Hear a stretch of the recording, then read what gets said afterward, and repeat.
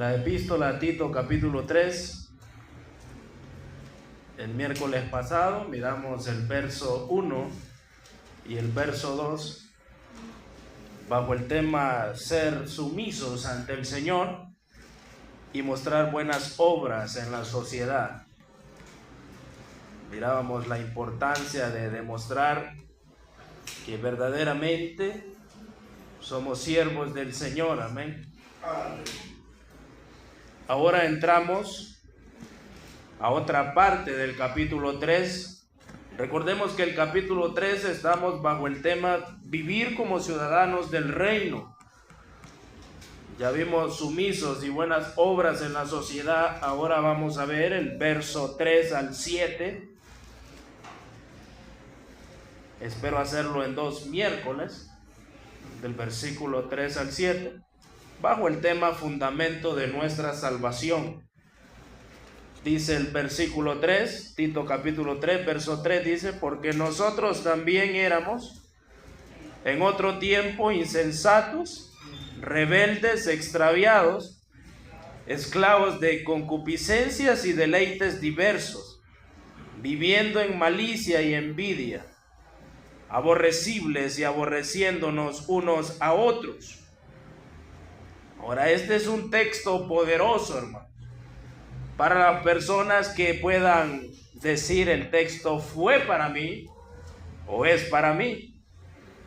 Hay personas que nacieron en una iglesia cristiana o en un hogar cristiano y ellos no andaban como contumaces y extraviados, no andaban en malicia, pero hay otro tipo de personas como yo que sí era aborrecible, que aborrecía a mi prójimo, que era rebelde, andaba en concupiscencia y deleites diversos. Entonces vamos a ver el fundamento. Dice el apóstol Pablo: porque nosotros también éramos en otro tiempo. En griego, que significa kai, que eso da una respuesta directa, dice nosotros una vez fuimos. Está hablando a cada uno de los creyentes para que entiendan el fundamento de la salvación. Dice: ustedes una vez fueron insensatos, rebeldes, extraviados. La palabra insensato es una persona sin entendimiento, sin discernimiento espiritual. Según el significado bíblico, en otro tiempo o antes de venir al Señor éramos y vivíamos sin la sabiduría de Dios, ignorando la verdad de Cristo, que es la Biblia. Un insensato en la Biblia no es solo un falto de inteligencia, sino alguien que de verdad está apartado a la luz de Dios. ¿Cómo era usted y cómo era yo antes de que Cristo nos salvara? Bueno, éramos como el necio en Salmos, que en nuestro corazón decíamos: no hay Dios. Ese es un insensato. También dice: éramos desobedientes o rebeldes. En el griego es resistentes a la verdad, o sea que no queríamos obedecer a Dios. En la Biblia describe a aquellos que rechazan someterse a Dios. En este versículo 3 hay una importancia, información en cuanto a la palabra desobedientes. Y es que del verso 3 y esa palabra, rebeldes que no obedecen al Señor, miramos la parte próxima, que es de ser rebeldes, pero también eran desobedientes al Señor. Ahora vamos a ver qué nos dice Pablo en Romanos capítulo 11, verso 30, si alguien lo puede leer. Romanos 11:30.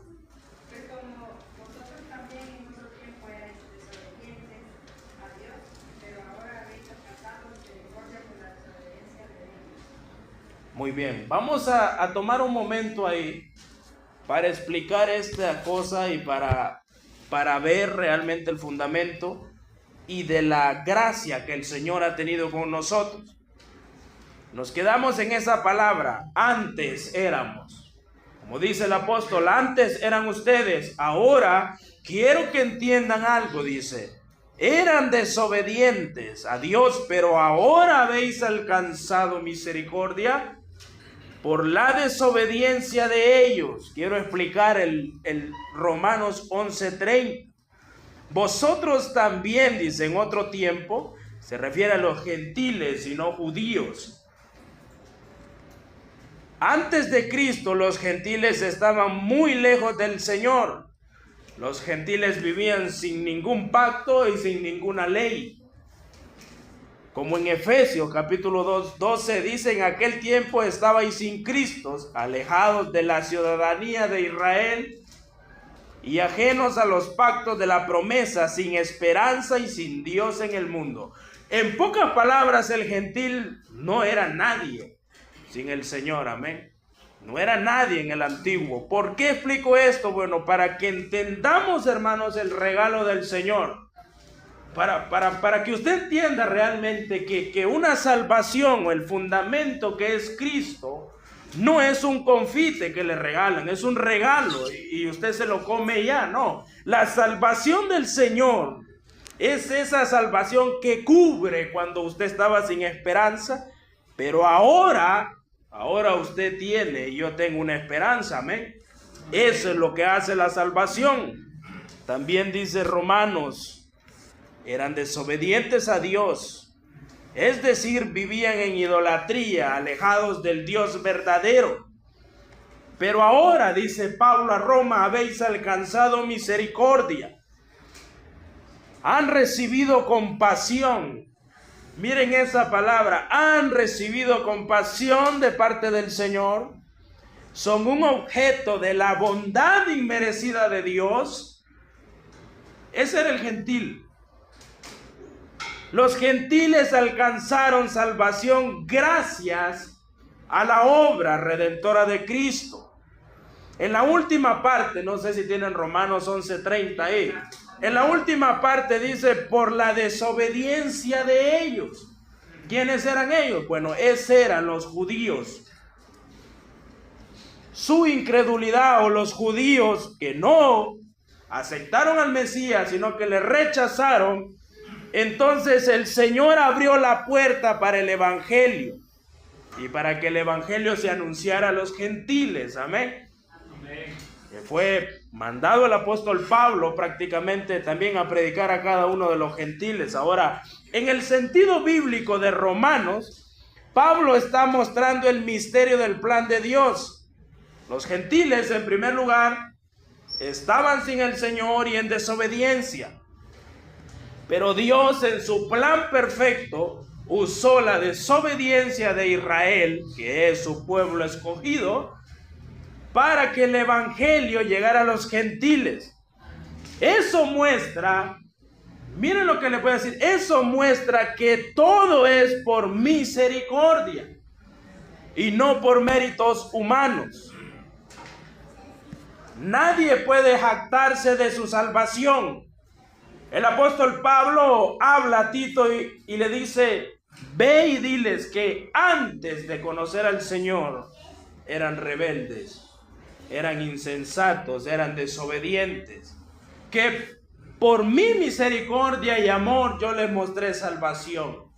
Y por la desobediencia de un pueblo llamado Israel, que rechazó al Mesías, entonces entró la salvación a los gentiles. Realmente es impresionante lo que el Señor hace en su plan.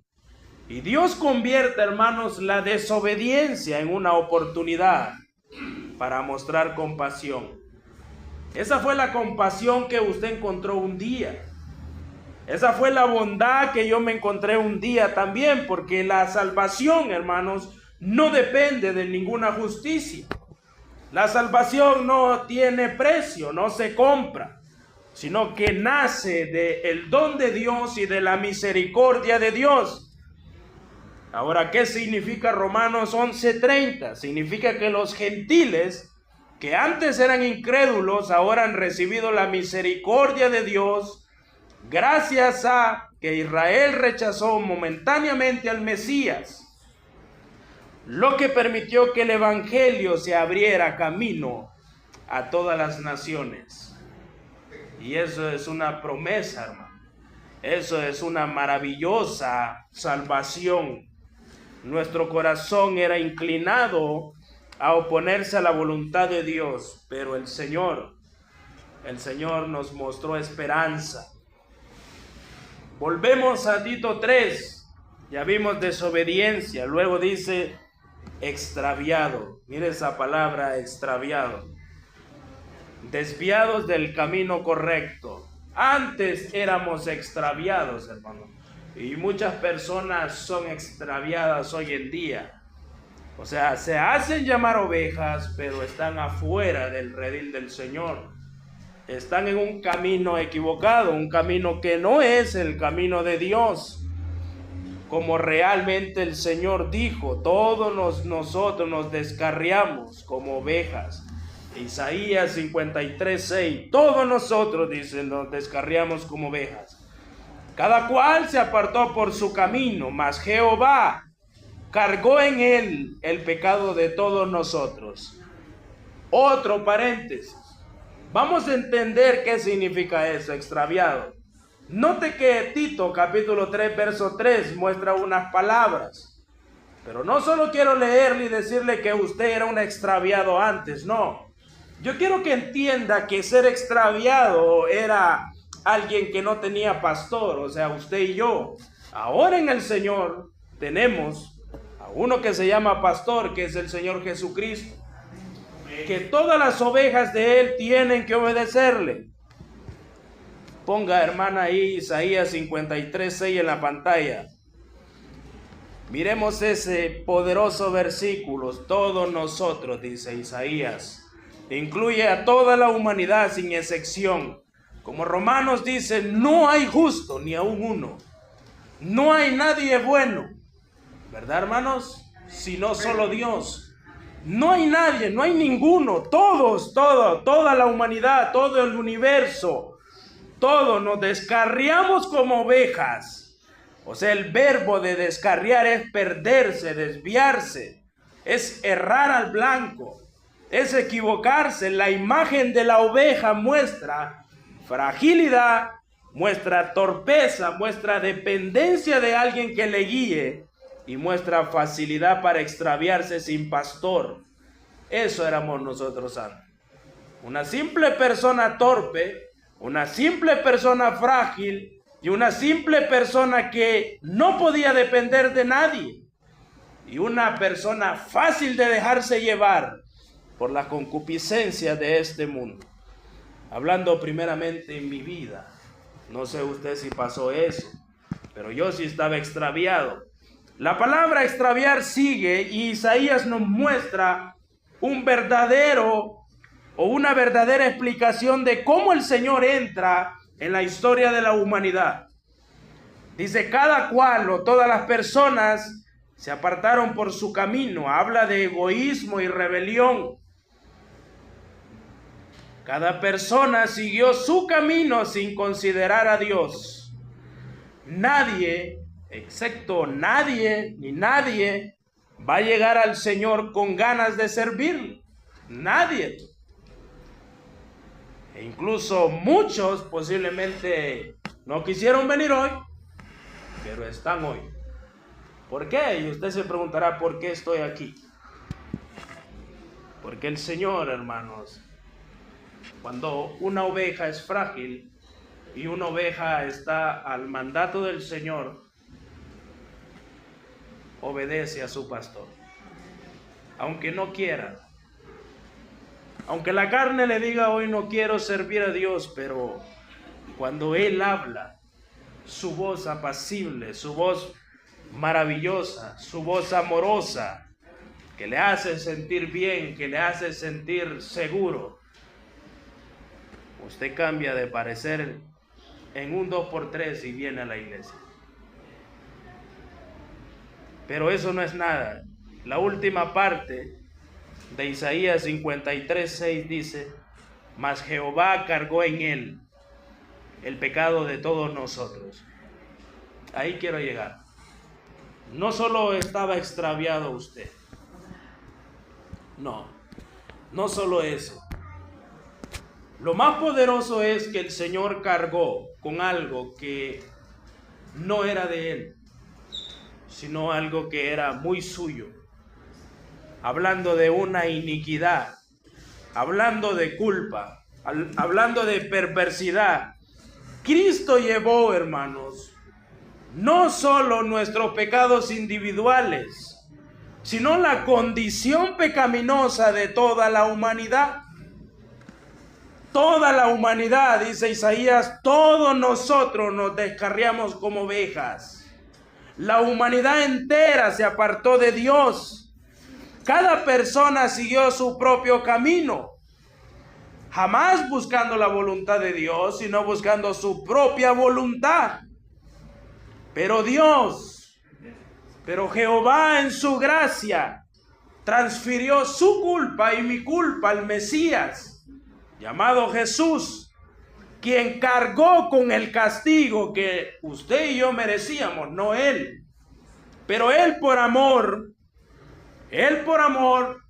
llevó su culpa para demostrarle realmente que así había alguien capaz de poder vencer el plan maligno que es Satanás. Y aquí nos revela una doctrina poderosa, la doctrina de la sustitución. ¿Sabe cuál es? Que Cristo tomó su lugar. Usted merecía morir en esa cruz por pecador, igual yo. Pero Él tomó el lugar de cada uno de nosotros. Y por amor, porque de tal manera, miren esa palabra, no es sencillo, hermano. Porque de tal manera amó Dios al mundo, que dio a su único Hijo, para que todo aquel que en Él cree, no crea, crea es crear, es cree, para que todo aquel que en Él cree, no se pierda, mas tenga vida eterna. Porque de tal manera amó Dios al mundo, pecador. El Señor nos mostró el camino verdadero. Nosotros nos extraviamos, pero llega un momento, hermano y hermana, donde todos necesitamos a un pastor. Llega un momento en su vida donde usted necesita al Señor. Por mucho que usted tenga, usted necesita la voz de Dios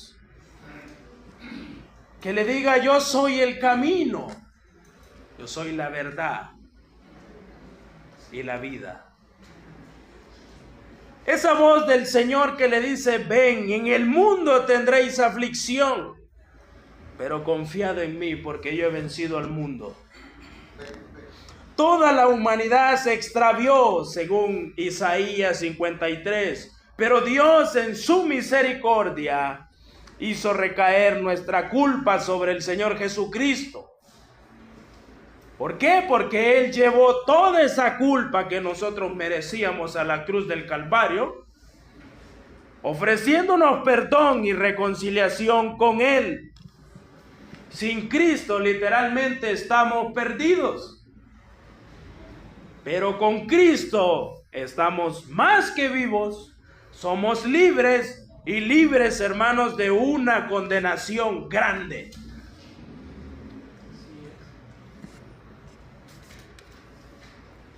Ahora quiero que entendamos por qué Pablo le dijo a Tito: predica de eso a los líderes. Que entiendan el fundamento de la salvación. No es simplemente orar al Señor y decirle: hazme salvo. No, hay que entender el amor de Dios, el fundamento de su salvación. Por eso la palabra dice que hay que cuidar nuestra salvación. Pero no porque se pierde, no, sino porque tiene, hermanos, una historia poderosa en su vida y en la mía. ¿Cómo escaparemos si descuidamos una salvación tan grande? ¿Cómo? Hay que estar de pie ante el Señor, cuidando esa salvación con temor y temblor. ¿Qué es temor? Reverencia a Dios, obedecer a Dios, seguir a Dios. No está hablando de cuidar algo porque lo va a perder, no.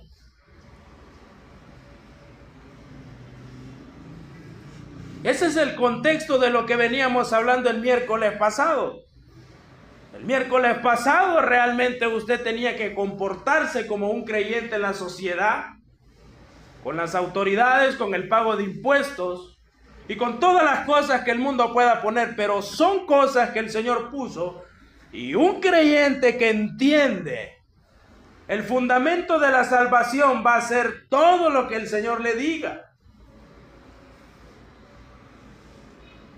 Por eso dice, porque nosotros también, dice Tito, siempre se pone él como ejemplo. Nosotros también éramos en otro tiempo insensatos, rebeldes, extraviados, esclavos de concupiscencia y deleites diversos. La concupiscencia son ansias carnales, esos pecados que no podemos dejar. La concupiscencia es que usted peque y le guste, y lo haga el próximo día y le guste, y lo haga el próximo día y le guste más. Es su propia concupiscencia. Y alguien que tiene esclavitud de concupiscencia no pertenece a Dios, porque no somos esclavos del pecado, sino de Cristo. Ahora, ¿puede fallar? Sí, hermano. Puede fallar. Pero hablábamos en esta carta que al momento que un creyente falla, hay alguien viviendo ahí, hay un huésped en su corazón que le guía, que le confronta y le dice qué tiene que hacer y lo que no tiene que hacer. Todos los que creen en el Señor deben de tener ese huésped que vive en su vida, y es el Espíritu Santo. ¿Para qué? Para que Él le guíe a la verdad, para que Él le guíe a servir a Cristo, para que usted sea esclavo del Señor Jesucristo. Todos aquellos que fueron llenos del Espíritu Santo y tienen cada uno de los frutos es porque vive el Espíritu Santo adentro de ellos. Esclavos de concupiscencia. Miren lo que dice. Eso es tiempo pasado. Antes éramos esclavos de concupiscencia y deleites diversos, que significan placeres sensuales y carnales y sexuales. Una búsqueda de satisfacción carnal. Antes de Cristo no éramos libres. El pecado gobernaba nuestro deseo, nuestra mente, nuestro corazón, nuestro diario vivir. Antes que el Señor nos salvara, éramos eso. Éramos, graves esa palabra, éramos. Luego dice Tito, viviendo en malicia y envidia. Malicia, maldad intencionada, deseo de dañar a cada uno de los hermanos. Todo esto había en la isla de Creta. Muchas personas en esa isla trataban de dañarse, recuerdan, eran unas bestias. Eran contumaces, eran rebeldes, eran mentirosos. Todos ellos se querían dañar a través de mentiras. Recordemos cuando hablamos de las mujeres, amén. ¿Recuerdan? Uno de los miércoles que dañaban a las otras personas por simples chismes que se comentaban, y no solo mujeres, eran chismosas, también los hombres. Todo eso es lo que está hablando Tito. Antes vivíamos en la malicia y en la envidia, un resentimiento. ¿Qué es envidia? Una persona que se resiente porque otro está muy bien y bendecido, pero le molesta verlo realmente muy bendecido. Nuestra vida sin Dios estaba dominada por la corrupción interior y había celos, pero de esos celos horribles. En la Biblia habla de celos, hermano, pero no celos buenos. sino unos celos demoníacos, que hay que tener cuidado. Tito dice, antes éramos aborrecibles, despreciables, odiados por otros por causa de la maldad. El pecado vuelve una persona desagradable, hermano. Amén. El pecado vuelve a una persona desagradable. Hay muchas personas que miran ciertos drogadictos o bolos y los ven desagradables. El mismo pecado los vuelve desagradables. No solamente delante de Dios, sino delante de cada uno de los hombres que creen en el Señor. Usted va a ver personas desagradables, blasfemando en contra del Señor, pero es por causa de su pecado. En la última parte del verso 3, dice Tito, y también éramos de ese tipo de personas que aborrecían a otras.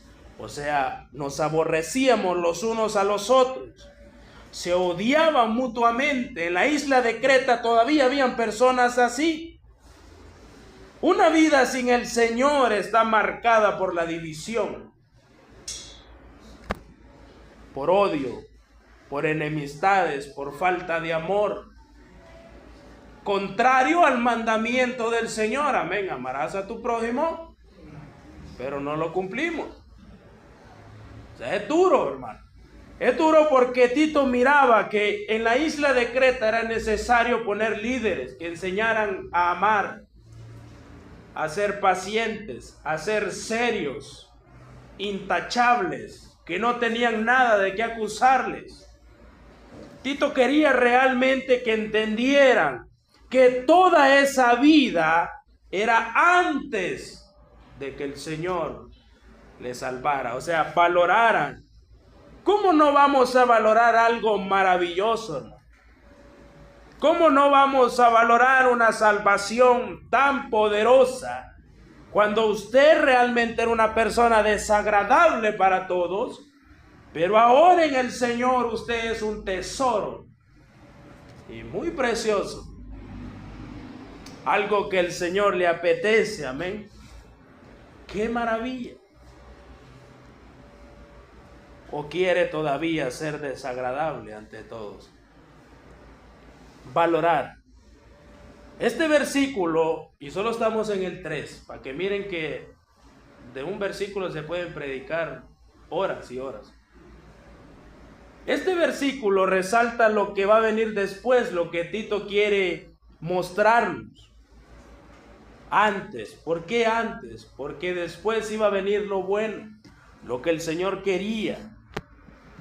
El propósito de este versículo 3 es que nosotros recordáramos nuestra condición pasada. Por si no se acuerda, acuérdese, piense en eso y ora al Señor y dígale: gracias, Padre, porque qué increíble malicioso era antes. Amén. Sí, hermano. Aunque usted no lo demostrara, pero tal vez su mente estaba podrida y el Señor le cambió. Ahora usted piensa cosas buenas.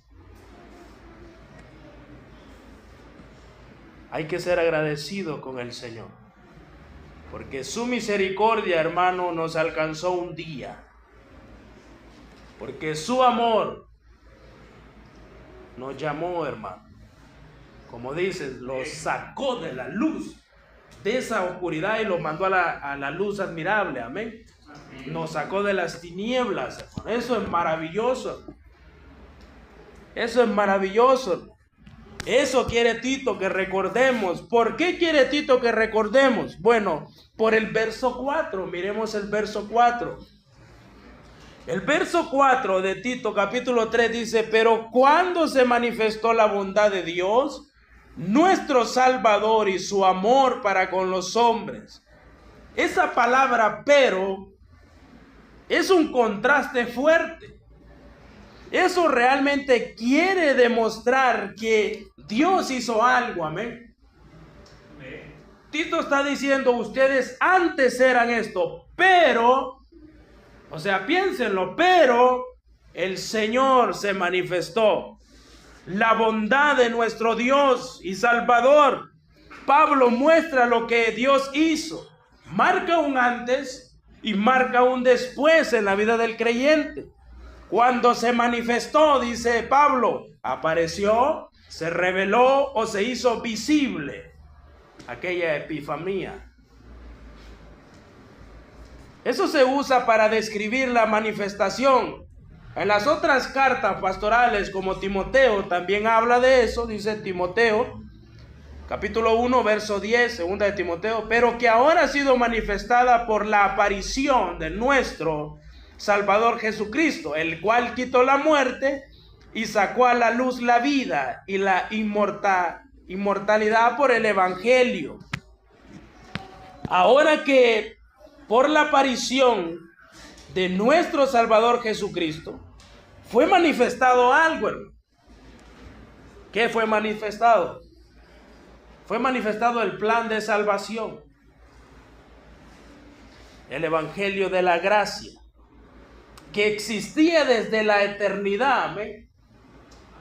Desde muy antes existía, pero cuando fue manifestada y fue revelada claramente en Cristo, cuando Dios mismo, hermano, se hizo hombre, se mostró visiblemente y se mostró abiertamente, fue una manifestación gloriosa.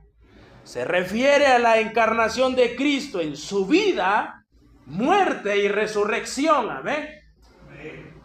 Es porque el Señor vivió, pero el Señor murió. Y no solo fue hasta ahí, sino que resucitó también. Por eso dice, cuando se manifestó la bondad de Dios, nuestro Salvador, y su amor para con los hombres. Él, hermanos, quitó la muerte. Él dejó sin poder alguno a Satanás para con nosotros. Cristo no eliminó la existencia de la muerte física, porque todos vamos a morir, pero destruyó el terror y el miedo de muchas personas de morir e ir al infierno. Yo creo que usted no tiene miedo de ir al infierno, ¿verdad? Y si lo tiene, piense, ¿por qué tenerlo? Porque desde el momento en que creemos en Él, ninguna condenación hay para los que están en ¿quién? En Cristo Jesús. No debe de tener miedo. No debe de temer, porque el Señor le ha salvado. El Señor le ha puesto en su mano. El Señor le ama y le cuida. Hebreos capítulo 2, verso 14 y 15. Vamos a leerlo. Dice su palabra, así que por cuanto los hijos participaron de carne y sangre, Él también participó de lo mismo, para destruir por medio de la muerte al que tenía el imperio de la muerte, esto es, al diablo, y librar a todos los que por el temor de la muerte estaban durante toda la vida sujetos a servidumbre. Miren ese poderoso versículo. El Señor destruyó todo plan de muerte. Él venció la muerte. Él murió, pero también resucitó. Ahora valore eso, porque usted va a morir, pero usted va a resucitar en Él. Dice su palabra, los muertos en Cristo resucitarán. ¿Qué? Primero. ¡Qué maravilla, hermano! ¡Qué maravilla! Pero antes era rebelde, era egoísta, era malo. Ahora en el Señor, usted realmente está haciendo las cosas bien. El Señor le mostró con claridad que hay vida eterna en Él. Solo en Él hay vida eterna. Y también el Señor nos demostró que va a haber inmortalidad, hermano. Vamos a ser inmortales, amén. Qué maravilloso. ¿Se ha puesto a pensar en eso, hermano? Inmortal. un cuerpo sin corrupción, incorruptible, cuando el Señor se manifieste. ¿Todo por qué? Es un regalo inmerecido del Señor. No es por obras, hermano. No. Las obras le ayudan a demostrar que usted tiene a Cristo en su corazón, sí, pero las obras no le salvan, hermano. El plan eterno de Dios estaba oculto, pero se reveló en Cristo. Jesús venció el poder de la muerte por su resurrección. Él trajo la verdadera vida y la reveló a través del evangelio que predicaron los apóstoles y el cual predican todos los creyentes de hoy en día. Y solamente por el mensaje del evangelio, hermanos, podemos acceder a esa esperanza, ¿verdad? Yo sé que sí, alguien le predicó a usted y usted quedó pensativo y dijo, tiene razón. Tuvo que haber sido el evangelio. ¿Por qué? Porque el evangelio tiene poder, es el Señor quien cambia, no una persona. Es Dios, hermano.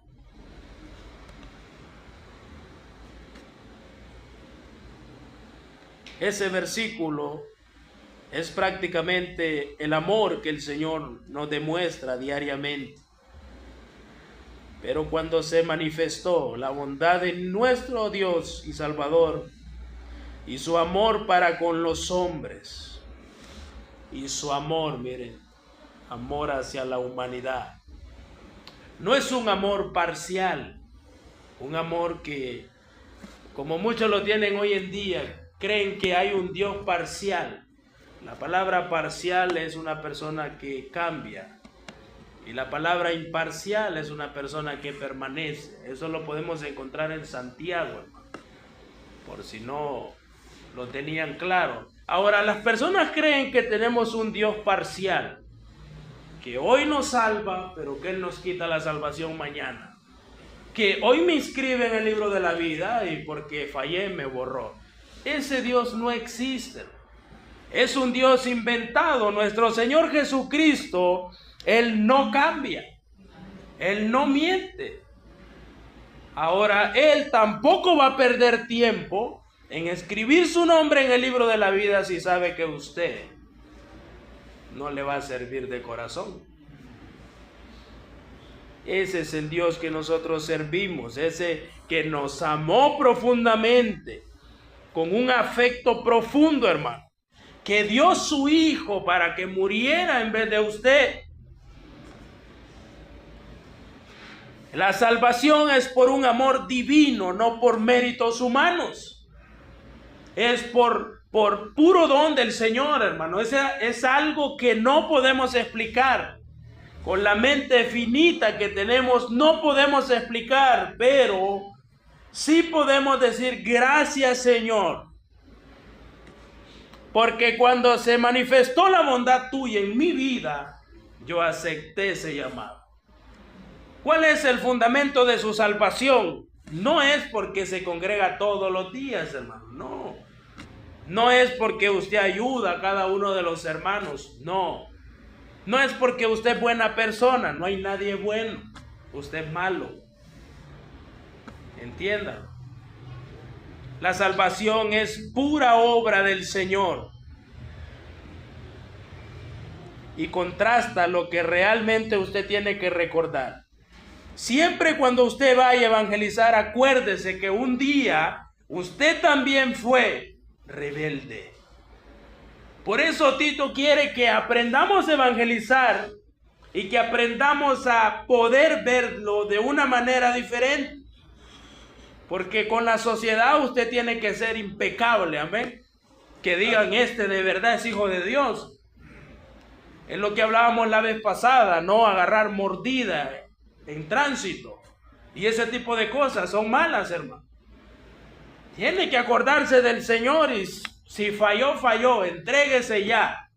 Todo ese tipo de cosas es malo. Si le salió 1000 de luz, pague los 1000 de luz. Pero hoy en día vemos personas que no son muy agradecidos con el Señor, hermano. Conozco muchos que roban luz, hermano, y les va peor. ¿Por qué? Porque no están respetando la autoridad del Señor. Recordemos lo que dijo el Señor, realmente es poderoso. Tenemos que sujetarnos a los gobernantes y autoridades. Ahora, si un plátano, hermanos, lo ponen a 20 lempiras, usted páguelos. Amén. ¿Por qué? Porque lo hace para el Señor, no para ningún hombre. Usted va a entender un día que todo eso que pasa aquí en el mundo, hermano, que nos puede afectar mucho y no nos puede gustar, eso, usted va a entender que todo fue plan del Señor. Y todo tiene un propósito divino. La iniciativa de la salvación es que Dios muestre que usted se concentre más en ser agradecido con Él que discutir cosas el cual Él puso. En otras palabras, recuerde cómo era usted antes y agradezca al Señor. Hay cosas que le quitan el tiempo, hermano. Lea la Biblia. Miren, el otro miércoles vamos a ver algo muy poderoso, el cual la Biblia dice que hay cosas que mejor no hablarlas, quitan tiempo.